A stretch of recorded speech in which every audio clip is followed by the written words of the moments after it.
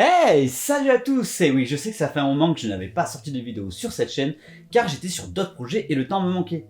Mais sachez que si j'ai des sujets qui me tiennent à cœur, ils sortiront ici! Si vous me suivez sur les réseaux sociaux, vous savez que j'ai rejoint le groupe Occitanie Comics avec Jeffrey et Naps, avec lesquels nous effectuons des live Twitch 2 fois par mois les jeudis pour parler de pop culture et de sujets d'actualité. Nous parlons aussi des news, conseils d'achat et bien d'autres. Avec eux, nous effectuons aussi des interviews comme nous avons pu faire à Angoulême au festival de manga de 600 où nous avions un stand durant lequel nous avons pu interviewer des éditeurs et des mangaka français. Nous avons aussi fait des live jeux de société et des conférences. Mais si aujourd'hui j'ai décidé de ressortir une vidéo sur cette chaîne, c'est pour parler d'une œuvre, plus particulièrement un comics que j'ai découvert qui me plaît énormément, ce sont les comics Tortues Ninja et leur univers. L'actu des Tortues Ninja a pas mal bougé ces dernières semaines car nous avons eu le droit à une bande-annonce pour un film d'animation dans la même lignée que Spider-Man Into the Multiverse, et ça promet d'être méga lourd. Si vous n'avez pas vu, foncez. Suite à cette bonne annonce, avec Jeff nous avons pensé à faire un live Tortue Ninja. Et nous l'avons fait, nous avons kiffé, et surtout moi qui ne connaissais que de nom. Bon, je vais pas vous mentir, je n'ai pas lu tous les comics, ni vu tous les films, ni maté toutes les séries, ni joué à tous les jeux, mais le peu que j'en ai lu, j'ai grave kiffé, et je me suis dit, ça serait cool de faire découvrir ça au plus grand nombre possible. Et c'est pour ça qu'on est là. On va essentiellement parler des comics Tortue Ninja. Et pas les tout premiers parce qu'ils datent quand même des années 80. Ils ont été créés par deux Américains, Kevin Hitzman et Peter Laird. Ils avaient une série de comics en cours et pour se marrer, ils se sont mis à dessiner des tortues anthropomorphes qui pratiquaient les arts martiaux. Et au fur et à mesure que les jours ont passé, une idée de comics a germé dans leur tête. Très inspiré de Daredevil, on peut retrouver énormément de clins d'œil, comme le contact avec des produits radioactifs qui va transformer de simples tortues en mutants. Ou même les méchants du clan Foot, clairement inspirés de The Hand, dit la main en français, les ennemis de Daredevil. Ce comics va petit à petit se faire un nom, même si ce n'est pas les tortues que nous connaissons actuellement. Certes, elles avaient des noms inspirés des peintres de la Renaissance, mais le comics était en noir et blanc. Dans la tête des auteurs, chaque tortue avait un bandeau rouge sur les yeux et juste les armes et les personnalités pour les différencier. La notoriété va être telle que des jouets vont être créés. Mais pour faciliter la vente, business, ils vont différencier les tortues en changeant la couleur de leur bandeau sur les yeux et en marquant la première lettre de leur prénom sur la ceinture. Et pour que ça se vende encore mieux, ils vont créer le fameux dessin animé des années 80 que nous connaissons tous, surtout ce générique.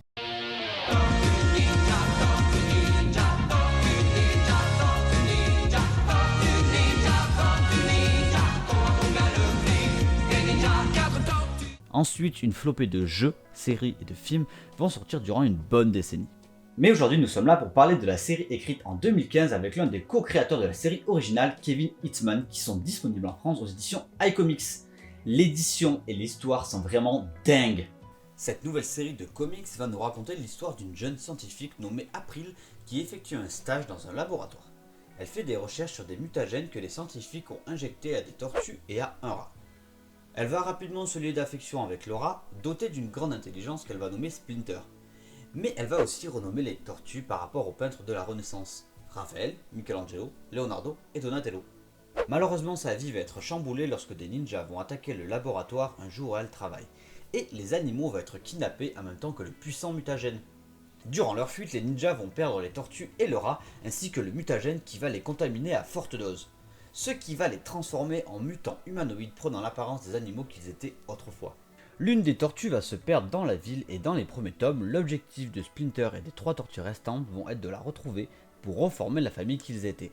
Nous avons donc une nouvelle origin story, contrairement à la première œuvre où Splinter va apprendre les arts martiaux en observant son sensei.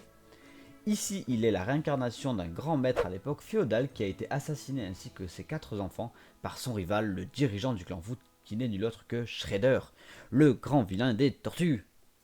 Nous allons donc retrouver un grand nombre de personnages présents dans les comics originaux, les différentes séries et jeux vidéo, tels que les tortues, Shredder, le clan Foot et même Krang de la Dimension X.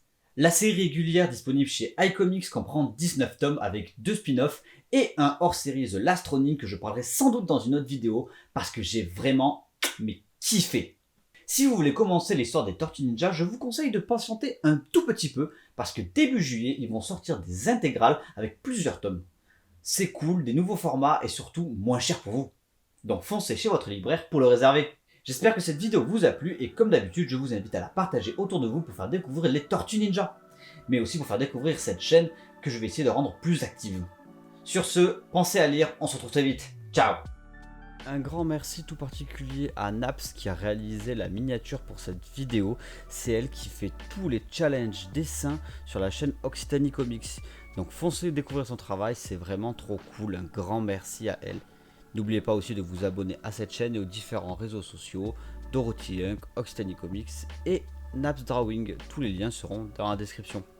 Ah oui, au fait, ne vous inquiétez pas, il n'y a pas Hunk, mais on est toujours en très bons termes, c'est juste que j'avais pas le temps de faire une vidéo avec lui.